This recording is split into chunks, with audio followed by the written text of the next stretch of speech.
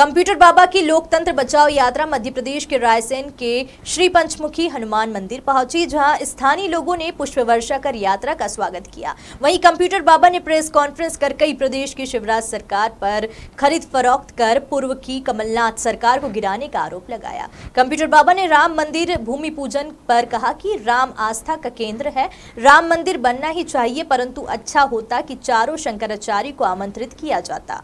जैसा आपने बताया, क्या जब देखा कि लोकतंत्र की हत्या हो रही है, जिस देश में रहते उसका संविधान होता, लोकतंत्र होता, 5 साल के लिए चुनाव होते, हम बीच में ही चुनाव की पोजीशन कर देते हैं तो नुकसान किसका होता है। और हमारे जो संविधान है उसको आप खतरा पहुंचा रहे हैं, उसके टुकड़े कर रहे हैं, उसका चीरहरण कर रहे हैं।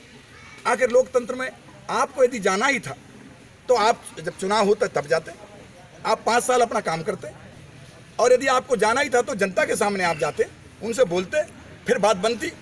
तो आप तो लेने देने का काम करने लगे। आपने खरीद फरोख्त करके जिस ढंग से आपने अपना पद को छोड़ा है, ये जनता माफ़ नहीं करेगी, क्योंकि जनता ने आपको वोट दी थी 5 साल के लिए। उनकी रोड बनेगी, उनके तालाब बनेंगे, कुआं खोदेंगे, समस्या हल होगी। पर आपने क्या किया? आप 15 महीने में चले गए और बेंगलोर में जाके आपकी बात बन गई। ये मैं नहीं कह रहा हूँ, मीडिया के माध्यम से मुझे सब जानकारी जनता को मिलती थी कि आपने 15 वहाँ बेंगलोर में क्या किया, क्या सौदा होती रही, 8 दिन तक क्या करते रहे, कम ज़्यादा करते रहे क्या? अरे यही चीज़ यदि जनता के सामने होता तो आप निडर होते। आपको हम गद्दार नहीं कहते, क्योंकि आप पूछ के जाते। पर जिस जनता ने आपको वोट दी उसको आपने मूर्ख समझा, ये जनता जवाब देगी। तो क्या इसका स्वरूप रहेगा लोकतंत्र यात्रा जो आपकी? लोकतंत्र यात्रा हमारी अभी पहले जिला स्तर पे है, जिस विधानसभा में होना है। इसके बाद हजारों की संख्या में हर विधानसभा में जाएंगे। विधानसभा में गली मोहल्ले चौपाल कार्यक्रम रखेंगे, संवाद का कार्यक्रम रखेंगे, और वास्तव में जो 25 गद्दार हैं जिन्होंने गद्दारी की है जनता के साथ, धर्म के साथ, देश के साथ, प्रदेश के साथ, उनकी पोल खोलेंगे। तो क्या जरूरत पड़ेगी संतों को राजनीति में अब इंटरफेयर करना पड़ेगा? ये राजनीति नहीं है। और क्या है? ये देखिए आप, ये कौन सा झंडा लिए हैं? सुनिए पहले पूरी बात, इनकी उत्तर दे दें हम। लोकतंत्र की हत्या हो रही है, ये लोकतंत्र की हत्या नहीं है। संविधान हमारा क्या कहता है कि चुनाव 5 साल के लिए होते हैं। तो आप कैसे आ गए? आपको आना ही था, आपको नहीं रहना था तो ये काम करना चाहिए था, आपको लड़ना ही नहीं था। नहीं तो 5 साल बाद आप बैठते, समाज की सेवा करते, अपने विधानसभा की सेवा करते।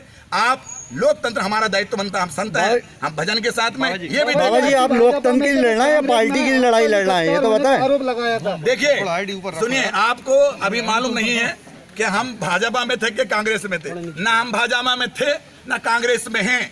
हम लोग नर्मदा की सेवा करने के लिए साधु संत जो है सरकार में हम लोग उस पर अंक बनते हैं, समाज की सेवा करते हैं। और लगा कि शिवराज जी ने अपने भाई को, अपने पड़ोसियों को, अपने रिश्तेदारों को रेत अवैध खनन में लगा दिया। हमने मना किया, उन्हें नहीं किया, तो हमने आप सरकार से इस्तीफा दे दिया। एक भी व्यक्ति बताओ जिन्होंने इस्तीफा दिया था? तो बाबा जी, वो तो डेढ़ साल में भी तो अवैध खनन जारी रहा पूरा। 1.5 साल में आपने भी कांग्रेस में पूरी तरह। आप बोलो, इन लोगों को एक तो बोले। बाबा जी, आप अभी भी राजनीति कर रहे हैं, कमलनाथ जी के प्रचार कर रहे हैं। आपको लगता होगा कमलनाथ, आपको ये सब कमलनाथ का प्रचार आपको दिख रहा कहीं? लोकतंत्र की हत्या नहीं हो रही, आप नहीं समझते? तो बाबा जी, आप एक मिनट की उत्तर दें। लोकतंत्र आप जानते हैं लोकतंत्र क्या चीज होती है? संविधान क्या चीज होती है? सरकार की परिभाषा क्या होती है बाबा जी? ये होती है कि आपने किसी को लिए 1 रुपया मांगा, उसके दिया नहीं। आपने वोट मांगी सामने कि हम 5 साल आपकी सेवा करेंगे, जनता के पैर पड़े, मुंह पर टिका के, और इसके बाद आप बीच में पैसा लेके भाग गए।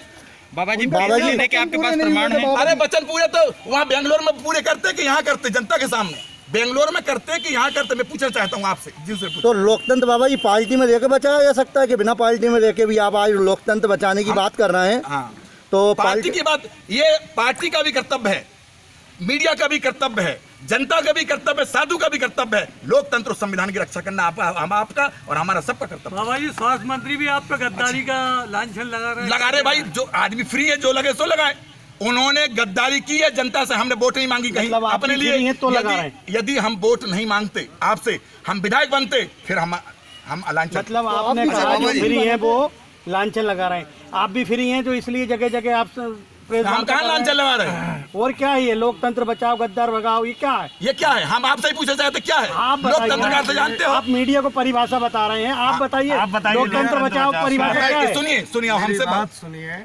सुनाइए। हम उनको गद्दार नहीं कहते, क्या कहें? अगर वो साधु संत गद्दार बनाने का नहीं है। पूजा पाठ हमें अच्छी तरीके से आती है। अगर आप हमें मुख्यमंत्री को नहीं आती हो तो हम सिखाते हैं, नहीं तो मैं पूजा पाठ की बात करूं आपसे। बोलो, आप लोकतंत्र की बात करने आए हैं कि पूजा पाठ के लिए भी है। आपसे सही सवाल नहीं कर रहे, बस आपकी सुनते रहे। बात सुनिए, आप प्रेस वार्ता कर रहे हैं, आपसे सही सवाल नहीं करें। नहीं, आप सही करो ना, हम सीधा जवाब दे रहे। सवाल मत करो, सवाल मत करो, आप जवाब।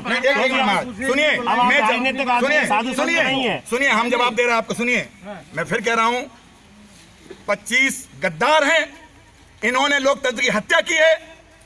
इन्होंने जिस ढंग से इस प्रदेश में संविधान की हत्या की है, वो पूरा संत समाज दुखित है, पूरी जनता दुखित है, पूरे मतदाता दुखित है। यदि आपको जाना ही था, यदि आपको त्यागपत्र देना ही था, तो जनता में देना था, बजाय तुम बेंगलुरु में जाके। ये हमारा है। आप सबको धन्यवाद। रायसेन से कलीम खान की रिपोर्ट।